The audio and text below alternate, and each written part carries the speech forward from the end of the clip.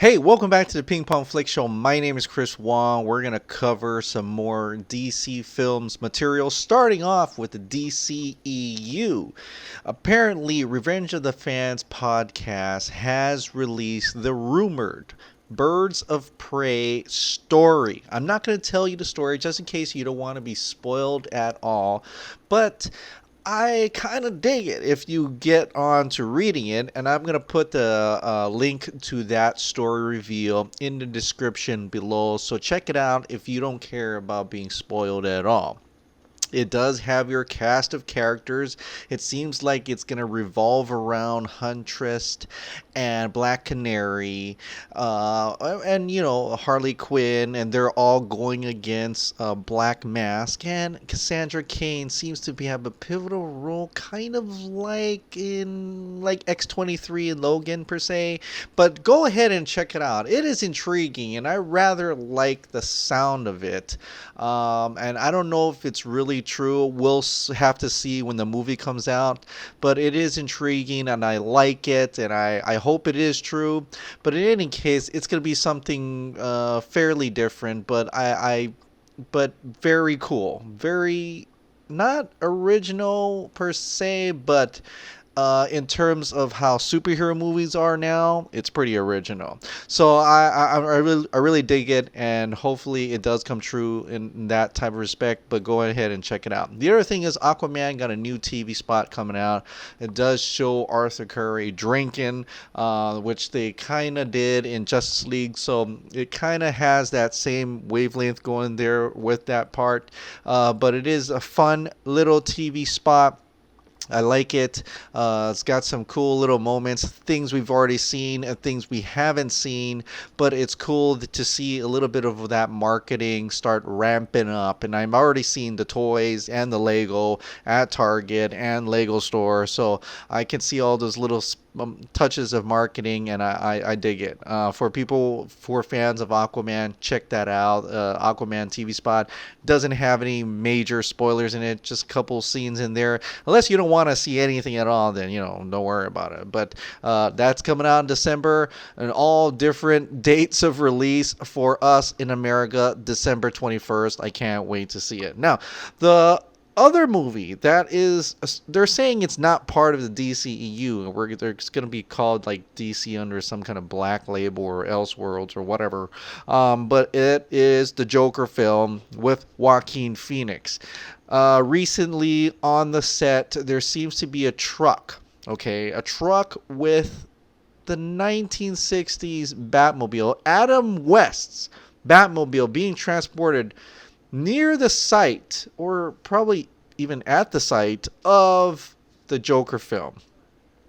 Now, that could be a huge coincidence. Maybe some guy was transporting there or something. Maybe it's going somewhere else. Who knows? It's just it could be a big coincidence, but who knows? But if it's not a coincidence, what the hell? What's going on? What is going on with this movie? See, what is this movie? Now, this movie is supposed to be set in the 80s. Thomas Wayne is still around, and there's no Batman. What's a 1960s Batmobile doing here?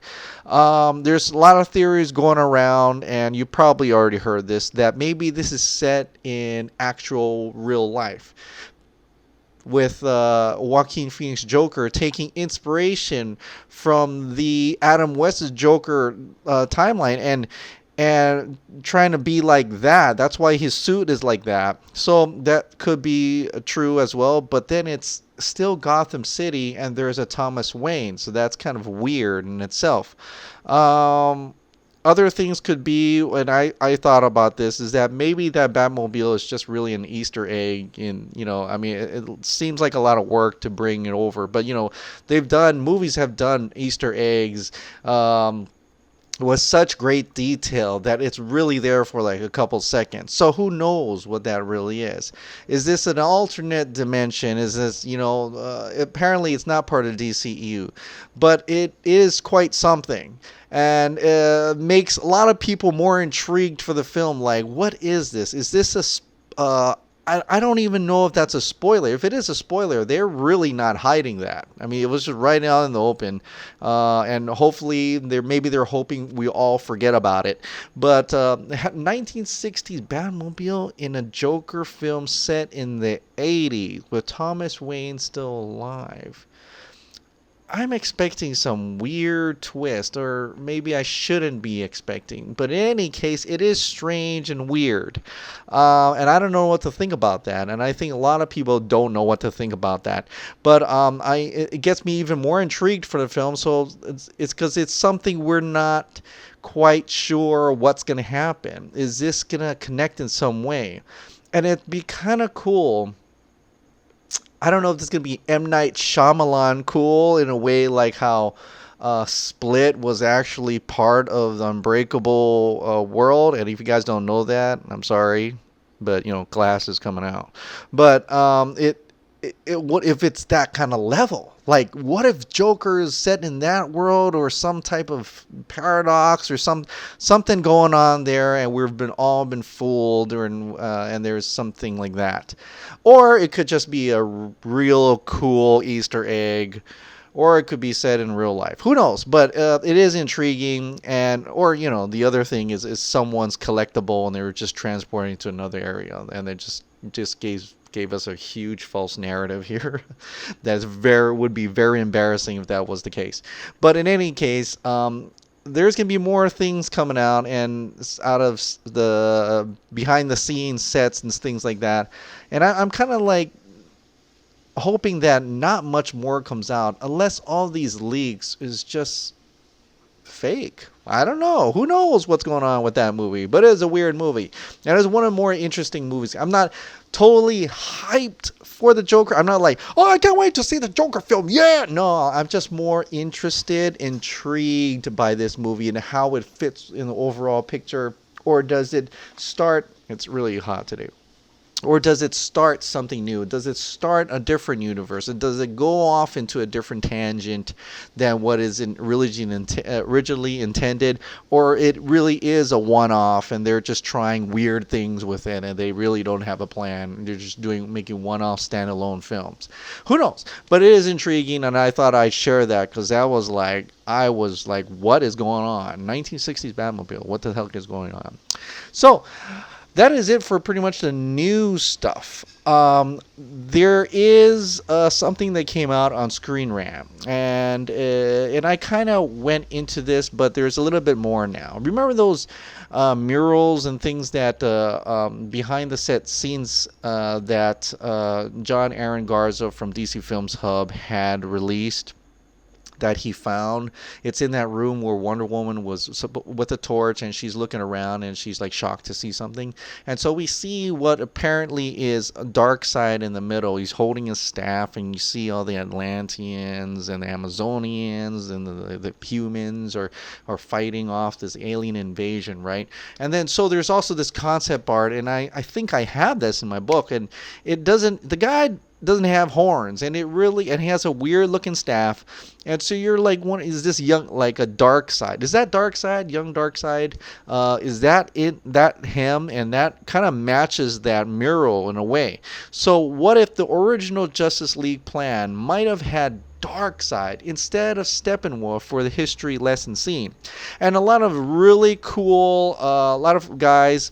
And they really dug deep in Screen Rant. There's people that translated the Greek wording, and it said that he actually had fought with Ares. And they really got into detail in how in the scene you kind of see the axe come down, but you don't really see Ares, and you see Ares at the end. So what if it was more than that, where he actually had a real big battle with Darkseid and Ares? And I always thought about that Wonder Woman ADR was dubbed over this scene, in which this scene should have had talking. It should have been longer. It would have been like the beginning of Lord of the Rings, where they fight Sauron. and you have those, the armies fighting him and stuff like that. An extensive scene at the beginning, the prologue, not in between where she's telling Bruce Wayne about that history lesson. I think it would have been more like it was right at the beginning, and so that's why I like that one fan cut that actually utilized that at the beginning, because I felt that it should have been the beginning. It establishes the enemy right away. It establishes the right away, and then after that, it reestablishes that Superman's lost. So I don't. Were we ever gonna see it? I don't know. I don't know if we're gonna see it. I really hope we do. It wasn't even shot. Who knows? I don't know when Steppenwolf was changed. When Steppenwolf was the original was original Steppenwolf in there, or was it Darkseid and Steppenwolf was called later? Don't know until someone, please, for the love of God, leak the Snyder cut. And then we can, I don't even know if that's going to be the changed one or not, or it's going to be the compromised one or whatever. But it is sad and disappointing to hear these little bits of news pieces coming out as John Aaron starts finding more stuff. I think tomorrow he has more stuff, more little presents and nuggets of coolness from the Snyder Cut. So hopefully it's going to be, I'm sure it's going to be pretty awesome. So I can't wait to hear DC Films Hub next podcast and the next article and the next reveal. They're doing a great job digging in deep. Mr. Percival there. Hopefully you find the awesome golden egg at the end of the game. But in the meantime, we're still getting a lot of fan cuts. And one of them in particular, I'm really looking forward to is by Chris Dawson, and it's called the Justice League Black Suit Edition. I talked about this. I really talked about it. Don't sleep on this, guys. This is different. Like, this is not just the fan cut. Not saying those aren't great or anything, but he has taken to the next level. This movie is going to be different, and we've seen the trailer and stuff like that. He released an awesome Wonder Woman introduction, and it's just a little bits of thing that makes it the feels different and makes it different. There's a little more there's blood splatters. He put those in. And it's kind of like the Wonder Woman introduction, but it's a little bit of a tease where you only see the rope and picking up the guy. You don't have that real introduction of Wonder Woman standing on that thing, and which was really CGI'd. But you have the intensity because the timer of the bomb is throughout her whole battle. She doesn't throw that that bomb up like in the movie.